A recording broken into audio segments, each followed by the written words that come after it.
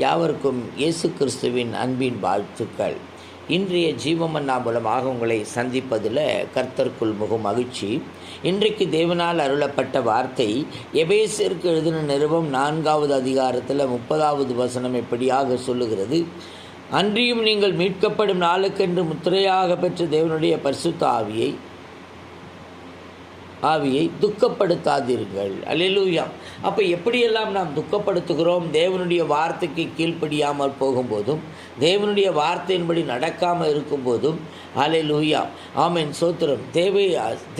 வீணான சிந்தனைகளினாலும், ஆமென், சோத்திரம், கோபங்களினாலும் நாம் துக்கப்படுத்தி கொண்டிருக்கிறோம். அது மட்டுமல்ல, வாயிலிருந்து புறப்படுகிற சில அருவருப்பான வார்த்தைகள், கெட்ட வார்த்தைகள். அல்லேலூயா. ஆமென். அது மட்டுமல்ல, முறுமுறுப்பு, புலம்பல், கசப்பு, வெறுப்பு, அவ்விசுவாசம் போன்ற காரியங்கள் தேவனை துக்கப்படுத்துகிறது. இதற்கும் பிரதானமாக, ஆமென், சோத்திரம், தேவன் செய்த நன்மைகளுக்கு நன்றி சொல்லாமல் இருக்கிறோம். அப்பொழுது நாம் பரிசுத்த ஆவியானவரை அவித்து போடுகிறோம். எனக்கருமையான தேவஜனமே, இன்றைக்கு நாம் எப்படி இருக்கிறோம்?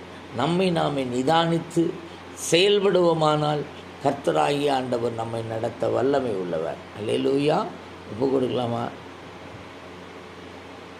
கொடுக்கலாமா? உங்களுக்காக செபிக்கட்டும். பரிசுத்தமுள்ள நல்ல பிதாவே, யாரெல்லாம் இனி இப்படிப்பட்ட காரியங்களில் ஈடுபடாமல் தேவனை துக்கப்படுத்தாமல் இருப்பேன் என்று ஒப்பு கொடுக்கிறார்களோ, அவர்கள் ஒவ்வொருவரையும் உடைய கரத்தில் தாழ்த்தி இருக்கிறேன்.